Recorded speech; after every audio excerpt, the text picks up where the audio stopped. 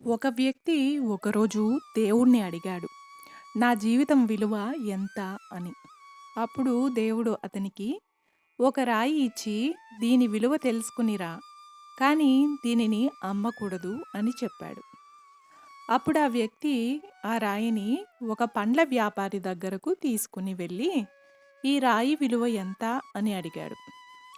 ఆ పండ్ల వ్యాపారి అప్పుడు ఆ రాయికి నేను 6 పండ్లు ఇస్తాను అన్నాడు. అమ్ముతావా అని అడిగాడు. కానీ దేవుడు ఆ వ్యక్తికి ఆ రాయిని అమ్మకూడదు అని చెప్పాడు కనుక అతను ఆ వ్యాపారికి అది అమ్మకుండా అక్కడి నుండి వెళ్ళిపోయాడు. తర్వాత ఆ వ్యక్తి ఆ రాయిని తీసుకొని ఒక కూరగాయలు అమ్మే వ్యక్తి దగ్గరికి వెళ్ళాడు. ఆ రాయిని చూసిన కూరగాయల వ్యాపారి, నేను నీకు ఈ రాయికి బదులుగా 10 కేజీల కూరగాయలు ఇస్తాను అన్నాడు. అతనికి కూడా ఆ రాయిని అమ్మకుండా ఆ వ్యక్తి ఒక బంగారు నగల వ్యాపారి దగ్గరికి వెళ్ళి ఆ రాయి విలువను అడిగాడు. అప్పుడు ఆ బంగారు వ్యాపారి ఆ వ్యక్తితో, ఈ రాయి చాలా విలువైంది, నేను దీనికి 50 లక్షలు ఇస్తాను, నాకు ఇస్తావా అని అడిగాడు. అప్పుడు ఆ డబ్బులకు ఆశపడినా కూడా, కానీ దేవుడు ఆ రాయిని అమ్మకూడదు అన్నాడు కాబట్టి అక్కడి నుంచి వెళ్ళిపోయాడు.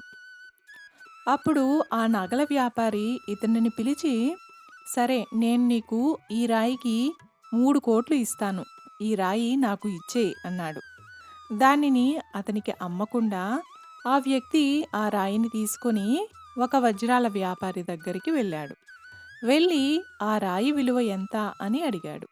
అప్పుడు ఆ వజ్రాల వ్యాపారి పరిశీలించి ఆ వ్యక్తితో, ఇంత విలువైన రాయి నీకు ఎక్కడిది? ఈ రాయి కొనడం నా వల్ల కాదు. నా ఆస్తిని మొత్తం అమ్మినా కూడా నేను కొనలేను.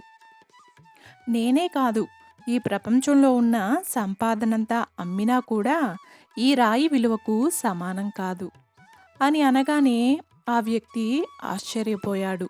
వెంటనే ఆ రాయిని తీసుకుని దేవుడి దగ్గరికి వెళ్ళాడు.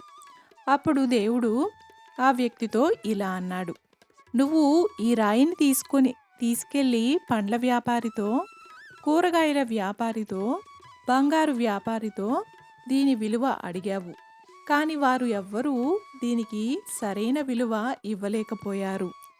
కానీ దీని నిజమైన విలువను వజ్రాల వ్యాపారి గుర్తించినా కూడా ఆ వజ్రాల వ్యాపారి ఈ రాయి యొక్క అసలు విలువను చెప్పలేకపోయాడు. నీ జీవితం కూడా అంతే. అది వెలకట్టలేనిదే.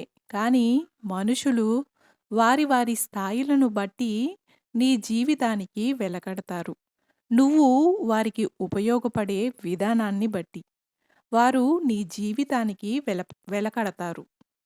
అంతే, అది వారి స్థాయి. కానీ నువ్వు ఒక అమూల్యమైన వెలకట్టలేని నిధివి అన్నాడు దేవుడు. చూశారు కదండి!